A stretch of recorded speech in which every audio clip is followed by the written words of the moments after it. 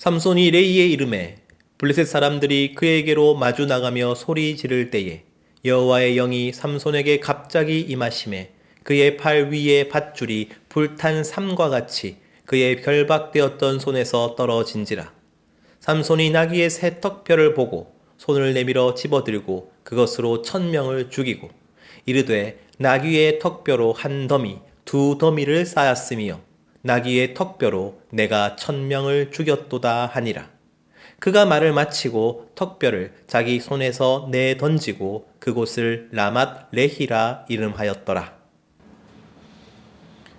우리는 예수님을 믿음으로 말미암아 구원을 받습니다. 하지만 기독교에서 믿는다라는 개념은 우리가 흔히 생각하는 것보다 훨씬 깊고 훨씬 풍성합니다. 그래서 우리는 예수님을 믿는다는 것이 무슨 의미인지 성경을 통해서 계속 탐구해야 할 필요가 있습니다. 이러한 의미에서 설교란 믿음을 매번 다른 관점에서 풀어내는 것이라고 말할 수도 있을 것 같습니다. 그 중에서 지난주에는 믿음을 부르짖는 것과 유사하다고 나누었지요. 부르짖게 만드는 소명은 곧 믿음을 갖게 하는 소명이었습니다. 그리고 삼손의 그 수수께끼와 같은 삶은 이스라엘 백성들로 하여금 부르짖게 만들기 위함이었습니다. 우리가 수수께끼와 같은 삶을 살아야 하는 이유 또한 믿지 않는 영혼이 믿음을 가질 수 있게 만들기 위함입니다. 사랑하는 성도 여러분, 믿음을 위해서는 수수께끼가 필요합니다. 한 영혼이 예수님을 진정으로 믿기 위해서는 온통 수수께끼가 이어져야 하는 것이지요. 복음 그 자체가 수수께끼입니다. 그리고 그 복음을 전하는 사람이 수수께끼처럼 삽니다. 그리고 그들과 함께하는 공동체가 수수께끼의 공동체입니다. 그 수수께끼들을 통해서 한 영혼이 비로소 믿음을 가지게 되는 것입니다. 그러나 우리가 잊지 말아야 할 것이 있습니다. 삼손의 그 놀랍고 대단한 수수께끼는 결국 실패하고 말았다는 사실입니다. 그렇습니다. 모든 수수께끼가 성공하는 것이 아닙니다. 모든 수수께끼가 믿음을 가지게 하는 것이 아닙니다. 우리는 오늘부터 3주간 삼손의 실패를 다루게 됩니다. 삼손의 수수께끼가 무엇 때문에 실패하였고 하나님께서 삼손에게 진정으로 원하신 수수께끼가 무엇이었으며 하나님께서 마침내 어떻게 구원을 이루어 내시는지를 살펴볼 것입니다. 사랑하는 성도 여러분, 이 땅에서 실제로 많은 성도들이 수수께끼를 바라며 살고 수수께끼를 목표로 하여 살아가고 있습니다. 예를 들면 이런 것이지요. 성도는 세상과 다르게 살아야 합니다. 성도는 세상과 구별되어 살아가야 합니다. 성도는 이 땅에서 빛과 소금의 역할을 감당해야 합니다. 그 모든 것이 결국 수수께끼가 되어야 한다는 뜻인 것이죠. 그러나 이 사실을 기억하십시오. 수수께끼의 종류는 두 가지입니다. 수수께끼 중에서는 화려하지는 않으나 반드시 열매 맺는 수수께끼가 있고 모든 사람의 주목은 끌지만 결국 열매는 맺지 못하는 수수께끼가 있습니다. 우리는 그 두 가지를 구분할 수 있어야 하는 것이죠. 그렇다면 어떻게 구분이 가능할까요? 한 사람이 추구하는 수수께끼가 열매 맺는지 아닌지를 어떻게 알 수 있을까요? 여러분, 의외로 아주 쉽습니다. 바로 그의 간증을 들어보면 됩니다. 간증을 들어보면 그의 수수께끼가 어떠한 것인지를 금방 구별할 수가 있습니다. 예를 들면 삼손의 간증은 열매 맺지 못하는 실패하는 수수께끼의 전형이었습니다. 사사기 15장 15절에서 16절 말씀입니다.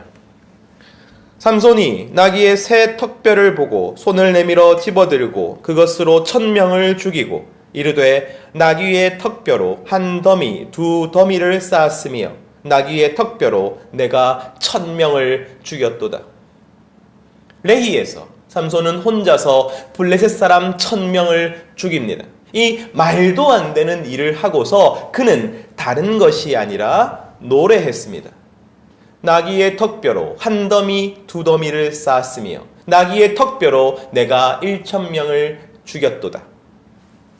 여러분, 그런데 이 나귀라는 단어는 동시에 더미라는 뜻을 가지고 있어요. 그래서 원어로 말하자면 바레히, 하모르, 하모라타임 이렇게 됩니다. 하모르라는 말이 반복적으로 되풀이되죠. 히브리어는 이런 식으로 워드 플레이가 가능한 언어이고 이렇게 동음의어를 잘 써서 글을 만드는 것이 소위 능력자였습니다. 조선시대 선비가 시조를 잘 짓는 것, 그리고 힙합에서 래퍼가 라임을 잘 따는 것과 똑같은 것입니다. 그러니 이것은 삼손이 머리가 빈 근육질의 마초가 아니라는 증거이기도 하죠. 하지만 여기서 중요한 것은 왜 지금 이런 노래를 하는가입니다. 이 노래를 감정에 벅차서 혼자 한 독백처럼 생각하지 마십시오. 삼손은 역사서에 기록될 노래, 사람들에게 널리 퍼질 노래, 대대로 전해질 공식적인 노래를 부른 것입니다. 이 노래야말로 삼손의 간증입니다. 삼손은 이 자리에 있는 이스라엘 백성뿐만 아니라 이 자리에 있지 않은 모든 이스라엘 백성들에게 하나님께서 자신을 통해 이루신 특별한 일을 증언하고 있는 것입니다. 그것도 기억하기 쉽고 입에 딱 붙는 운율을 가진 노래로서 말이죠. 바로 자신의 수수께끼를 널리 전하는 간증을 하고 있는 것입니다. 하나님 덕분에 내게 주어진 엄청난 능력과 그 능력이 만들어낸 수수께끼 같은 승리를 간증하고 있는 것이죠. 삼손은 엄밀히 말해서 1,000명의 블레셋 군대를 죽임으로써 일하는 것이 아니라 이 노래를 통해서 일하고 있습니다. 이 간증을 통해서 하나님께서 어떻게 역사하셨는지를 다른 곳에 있는 모든 이스라엘 백성에게 전하고 있는 것입니다. 부르짖게 하기 위해서 필요한 것은 여러분 간증인 것이죠. 그리고 우리도 똑같습니다. 우리에게도 간증이 필요합니다. 간증은 특별한 사람이나 특별한 경험을 했거나 특별한 축복을 받은 사람만 하는 것이 아닙니다. 왜냐하면 복음을 전하는 일이란 결국 간증에 달려있기 때문입니다. 복음을 전할 때 단순히 사형리만 말하면 되는 것이 아니에요. 내가 경험한 예수님, 내가 경험한 은혜, 내가 경험한 수수께끼가 있어야 하는 것입니다. 그래서 간증이 있는 사람이야말로 복음을 전하는 사람입니다. 간증을 준비하는 사람은 복음을 전할 준비가 되어 있는 사람입니다. 내가 경험한 수수께끼를 정리한 것이 간증이고 내가 살아가는 수수께끼 같은 방식이 바로 간증인 것이죠. 즉, 수수께끼는 간증을 통해서 드러나는 것입니다. 그러므로 우리는 자신만의 간증을 가지고 있어야 합니다. 우리는 자신만의 간증을 만들어 가야 합니다. 그리고 이 시간 저는 질문을 드리고 싶습니다. 여러분은 과연 어떠한 간증을 하기 원하십니까? 사랑하는 가족에게, 그리고 친구에게, 그리고 사람들 앞에서 어떠한 간증으로 그들을 예수님께 이끌고 싶습니까? 어떠한 간증이 그들로 하여금 믿게 만들 수 있다고 생각하십니까? 여러분은 어떠한 경험과 어떠한 은혜와 어떠한 수수께끼를 고백하고 싶으십니까? 사랑하는 성도 여러분, 수많은 성도들은 자연스럽게 삼손과 같은 수수께끼를 원합니다. 화려하고 대단하지만 결국 실패하고 마는 수수께끼. 그것은 능력과 성공의 수수께끼입니다. 능력과 성공의 수수께끼란 하나님께 축복을 받아서 남들이 이해 못할 커다란 승리를 거두는 것입니다. 내 힘과 능력은 충분하지 않지만 그러나 하나님으로부터 오는 능력을 받는 것입니다. 그래서 세상 사람들이 다 놀라고 다 부러워하는 성공을 거두는 것입니다. 그런 이유에 바로 이 성공은 오직 하나님께서 주신 은혜라고 선포하는 것입니다. 하나님이 주시는 은혜, 성공, 회복, 그러면 사람들이 하나님께 주목하고 하나님께 돌아오게 될 것이라고 생각하는 것이지요. 내 영광과 성공을 보면서 많은 이들이 예수님을 믿게 될 것이라고 생각하는 것입니다. 즉, 우리가 원하는 간증은 세상의 가장 높은 곳, 모든 스포트라이트를 받는 무대까지 올라가서 당당하되 겸손하게 모든 영광을 하나님께 돌리는 것이죠. 그리고 정확히 삼손이 그 자리로 올라갑니다. 사사기 16장 1절에서 3절 말씀입니다. 삼손이 가사에 가서 거기서 한 기생을 보고 그에게로 들어갔더니 가사 사람들에게 삼손이 왔다고 알려지매 그들이 곧 그를 애워싸고 밤새도록 성문에 매복하고 밤새도록 조용히 하며 이르기를 새벽이 되거든 그를 죽이리라 하였더라. 삼손이 밤중까지 누워있다가 그 밤중에 일어나 성 문짝들과 두 문설주와 문 빗장을 빼어 가지고 그것을 모두 어깨에 메고 헤브론 앞산 꼭대기로 가니라. 레이에서의 전투 이후 삼손은 블레셋의 가사라는 성읍에 있는 기생에게 들어갑니다. 삼손은 이미 이스라엘의 사사였어요. 그런데 블레셋의 기생이라니요. 겉으로 보면 정욕에 또 휘둘리는 것 같습니다. 자기 멋대로 해서는 안 되는 일을 함부로 저지르는 것 같습니다. 하지만 조금만 생각해 보면 이거는 그냥 해서는 안 되는 일이 아니라 자기 무덤을 파는 일이지요. 가사는 블레셋의 가장 큰 5도시 중에 하나였습니다. 많은 백성과 많은 군사들이 있는 원수의 도시였습니다. 그런데 단지 여자와 하룻밤을 보내기 위하여 홀로 적진에 들어간다니요. 가사 사람들은 분명히 삼손을 죽이려 할 것입니다. 아니나 다를까 블레셋 사람들에게 삼손이 가사에 온 것이 알려집니다. 그러자 그들은 성문에 매복합니다. 밤새도록 조용히 삼손을 기다립니다. 그리고 새벽이 오면 잠들어 있는 삼손을 죽일 것입니다. 하지만 삼손은 밤중에 일어납니다. 그런데 그는 블레셋 사람들이 매복하고 있는 성문으로 가서 그들을 죽이지 않습니다. 그렇다고 도망치지도 않습니다. 삼손은 가사 성읍의 커다란 성문과 문설주와 문빗장을 빼어서 자기 어깨에 메었습니다. 블레셋 사람들은 그 엄청난 힘에 삼손을 그냥 보내줄 수밖에 없었습니다. 그런데 삼손은 그 성문을 버리지 않습니다. 삼손이 가사로 간 진짜 목적은 기생에 있는 것이 아니라 바로 성문에 있었습니다. 그는 성문을 어깨에 맨 채로 이스라엘 헤브론을 향해 걷습니다. 가사에서 헤브론은 무려 60km입니다. 60km를 그 성문을 지고 걷는 동안 모든 블레셋 사람들이 삼손과 성문을 보았을 것입니다. 모든 이스라엘 백성들이 삼손과 성문을 보았을 것입니다. 삼손은 성문을 메고서 헤브론 앞산을 오르기 시작합니다. 헤브론은 유다 지파의 크고 중요한 도시였습니다.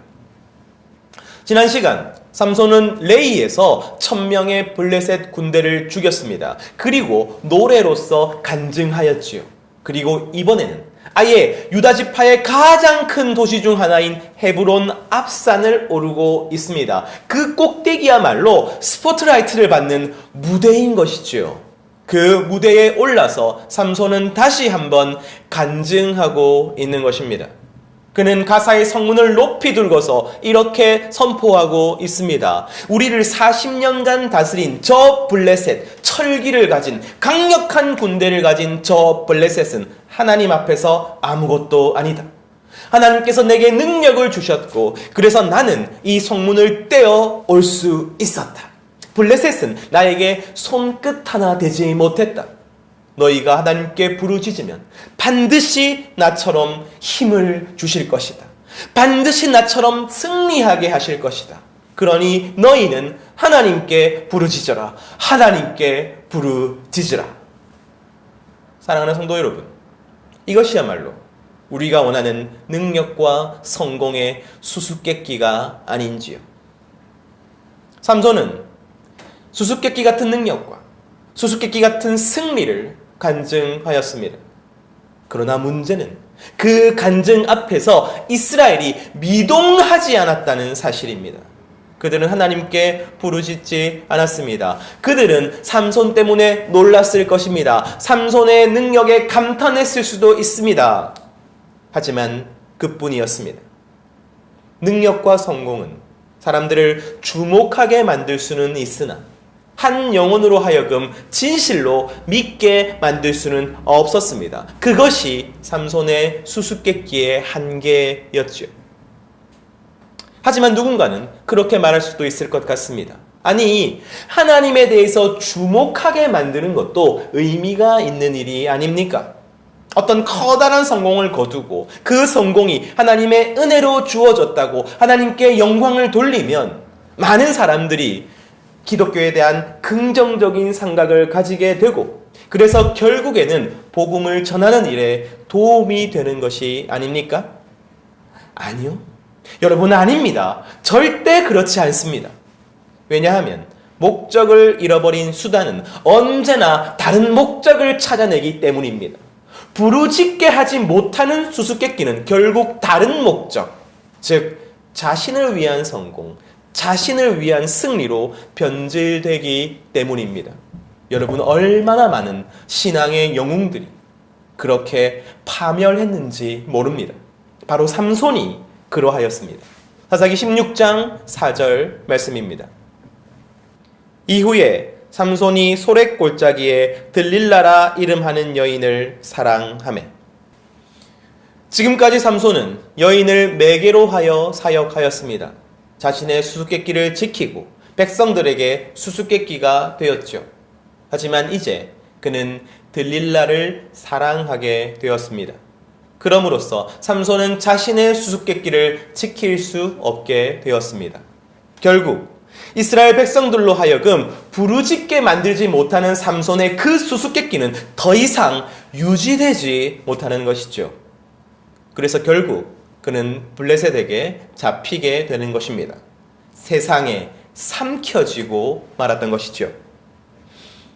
사랑하는 성도 여러분, 삼손은 결국 자신이 능력을 얻고 자신이 성공을 거두는 수수께끼가 어떻게 끝나는지를 보여줍니다. 그 순간에는 사람들이 손뼉을 치고 부러워하고 주목할지 모릅니다. 하지만 그들이 주목하는 것은 우리 자신입니다. 그리고 그들은 우리에게 계속해서 더 큰 성공과 더 큰 영광을 요구할 것입니다. 그렇지 않으면 이내 다른 성공과 다른 영광에 눈을 돌리게 될 것입니다. 왜냐하면 그들이 원하는 것은 그저 성공과 영광이기 때문입니다. 예수님마저 똑같은 요구를 받으셨습니다. 요한복음 6장 11절 말씀입니다. 예수께서 떡을 가져 축사하신 후에 앉아있는 자들에게 나눠주시고 물고기도 그렇게 그들의 원대로 주시니라. 예수님께서 그야말로 이해할 수 없는 수수께끼를 보여주셨습니다. 보리떡 5개와 물고기 2마리로 5,000명이 넘는 사람들을 배불리 먹이셨습니다. 놀라운 능력과 성공의 수수께끼였죠. 그러나 그 수수께끼를 경험한 사람들이 여러분 자신의 죄를 회개하지 않았습니다. 그들이 예수님을 자신의 구주로 모시지 않았습니다. 그들은 예수님의 제자가 되지도 않았습니다. 그들은 그저 그 수수께끼 같은 능력과 성공을 계속해서 자기들을 위해서 써주기만을 바랄 뿐입니다. 요한복음 6장 15절 말씀입니다. 그러므로 예수께서 그들이 와서 자기를 억지로 붙들어 임금으로 삼으려는 줄 아시고 다시 혼자 산으로 떠나가시니라. 그들은 그저 예수님의 그 능력을 계속 이용하고 싶은 것입니다. 예수님의 승리와 성공을 누리고만 싶은 것입니다. 사랑하는 성도 여러분, 승리와 성공의 수수께끼로는 사람을 모을 수는 있지만 그 사람의 영혼을 구원하게 만들지는 못합니다. 그렇다면 사람의 영혼을 구원하게 만드는 수수께끼는 무엇입니까? 진짜 능력이 있는 수수께끼, 진짜 우리가 추구해야 할 수수께끼는 무엇입니까? 신앙생활 가운데 저는 참 많은 간증을 들었습니다. 하지만 지금까지 생생하게 기억하는 간증은 20년 전에 단 하나의 간증뿐입니다. 내용뿐만 아니라 간증하시는 분의 얼굴, 그리고 간증을 들었던 예배당의 분위기까지 생생하게 기억하고 있습니다. 왜냐하면 그 간증이 제게 있어서 충격이었기 때문입니다. 오늘 그 간증을 나누기 원합니다. 20년 전에 저녁 예배 중에 한 집사님이 나오셔서 간증을 하셨습니다. 그때는 제가 다녔던 교회에서 간증을 꽤 자주 했습니다. 그래서 또 간증을 하는구나 집중하지도 않고 그저 앉아 있었죠. 이 집사님의 간증은 이러하였습니다. 자기 직장이 부도가 나서 먹고 살 일이 막막했는데 어떻게 우유 대리점을 하게 되었습니다. 하나님의 은혜에 감사하면서 그 대리점 사업에 집중하였지요. 그런데 갑자기 본사에서 대리점을 직영점으로 바꾸겠다고 통보하는 것입니다. 그래서 대리점주들이 힘을 합해서 소송을 진행하고 있었습니다. 그런데 워낙 이 재판이 어렵고 회사에서도 개인적인 소송을 많이 걸었던 것이죠. 정말 막막한 상황에 처하게 되었습니다. 그런데 엎친 데 덮친 격으로 사랑하는 아내가 병에 걸렸습니다. 쉽게 낫는 병이 아니었어요. 힘들고 오래 걸리는 치료가 필요했습니다. 그런데 그런 와중에 갑자기 둘째 아이가 자동차 사고를 당했습니다. 입원을 해야만 하는 중상이었습니다. 여러분 얼마나 암담합니까? 얼마나 기가 막힙니까? 그런데 여기까지 간증을 하시고는 이 집사님이 갑자기 눈물을 주르륵 흘리시는 것입니다.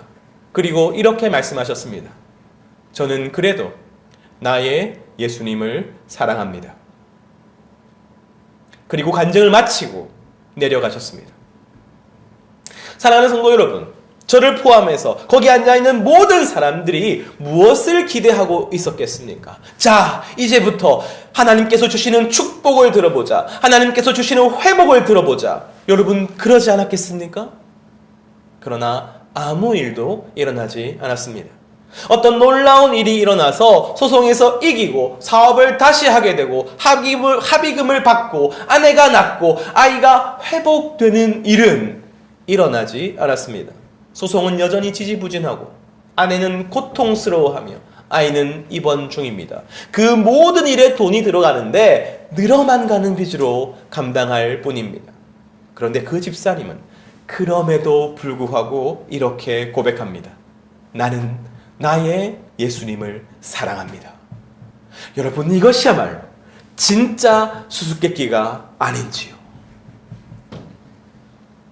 저는 믿음을 생각할 때마다 이 간증을 떠올립니다. 만약 제가 믿음을 가지게 해준 수수께끼를 말해야 한다면 저는 이 간증이 그 가운데 하나라고 생각합니다. 그럼에도 불구하고 나는 나의 예수님을 사랑합니다.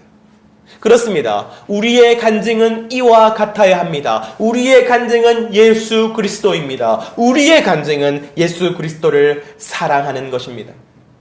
사랑하는 성도 여러분, 결국 하나님께서 삼손에게 원하셨던 수수께끼가 무엇입니까? 그가 능력과 성공을 거두는 것이 아니라 그가 죽는 것이었어요. 사랑하는 하나님을 위하여 자신이 죽는 것입니다. 사랑하는 백성들을 위하여 자신이 죽는 것입니다. 죄와 대적을 멸하기 위하여 자신이 죽는 것입니다. 그리고 삼손의 죽음은 정확히 예수 그리스도를 예표하고 있습니다. 예수님은 사람들에게 떡과 물고기를 공급하려 이 땅에 오신 것이 아닙니다. 그의 몸과 영혼을 구원하려 이 땅에 오신 것입니다. 그래서 그들을 위해 죽으시는 사랑의 수수께끼를 보여주신 것입니다. 바로 그 수수께끼만이 한 영혼을 믿게 만들 수 있습니다. 사랑하는 성도 여러분, 삼손의 수수께끼 같은 삶이 부르짖게 하는 것에 달려 있었듯이 우리의 수수께끼와 같은 삶은 예수님을 믿게 만드는 것에 달려 있습니다. 그 목적을 이루지 못하는 성도의 삶은 어쩔 수 없이 목적을 잃어버리고 활력을 잃어버리고 마침내 수수께끼까지 잃어버리게 됩니다. 그러니 만약 지금 나의 신앙생활에 기쁨이 없고 생명력이 없다면 그것은 가장 먼저 내가 더 이상 간증하지 않아서일 것입니다. 하지만 간증하면서도 여전히 진정한 기쁨이 느껴지지 않는다면 그것은 지금 내가 능력과 성공의 수수께끼를 추구하고 있기 때문입니다. 진짜 수수께끼는 그 어떤 상황에도 예수님을 사랑하는 것입니다. 진짜 수수께끼는 내가 사랑하는 예수님의 말씀에 그 어떤 상황에도 순종하는 것입니다. 진짜 수수께끼는 내가 사랑하는 예수님을 그 어떤 순간에도 닮아가려 노력하는 것입니다. 그 진짜 수수께끼가 한 영혼을 마침내 돌이키게 하는 것입니다.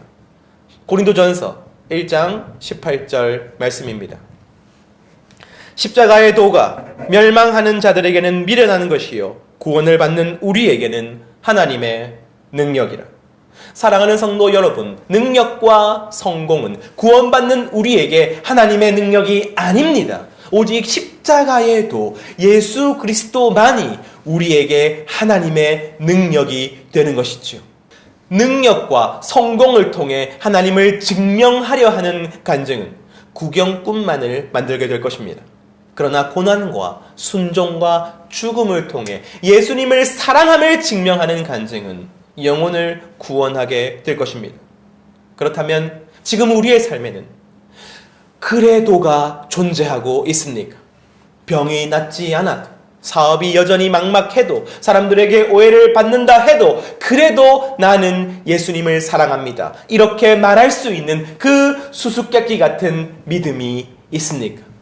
세상은 그 수수께끼 앞에서 비로소 멈추어 설 것입니다. 세상은 그 수수께끼 앞에서 질문하게 될 것입니다. 당신은 도대체 무엇을 믿기에 이 상황 가운데서도 찬송할 수 있습니까? 감사할 수 있습니까? 사랑할 수 있습니까? 그 질문이 터져 나오게 만드는 것, 바로 그것이 참된 수수께끼의 삶인 것이죠. 그러므로 화려한 성문을 매려하지 말고 오늘 나에게 주어진 작은 십자가를 사랑으로 지고 가는 모든 성도님들이 되시기를 간절히 소원합니다. 가장 강력한 간증으로 수수께끼와 같은 삶을 살아내는 모든 성도님들 되시기를 간절히 소원합니다.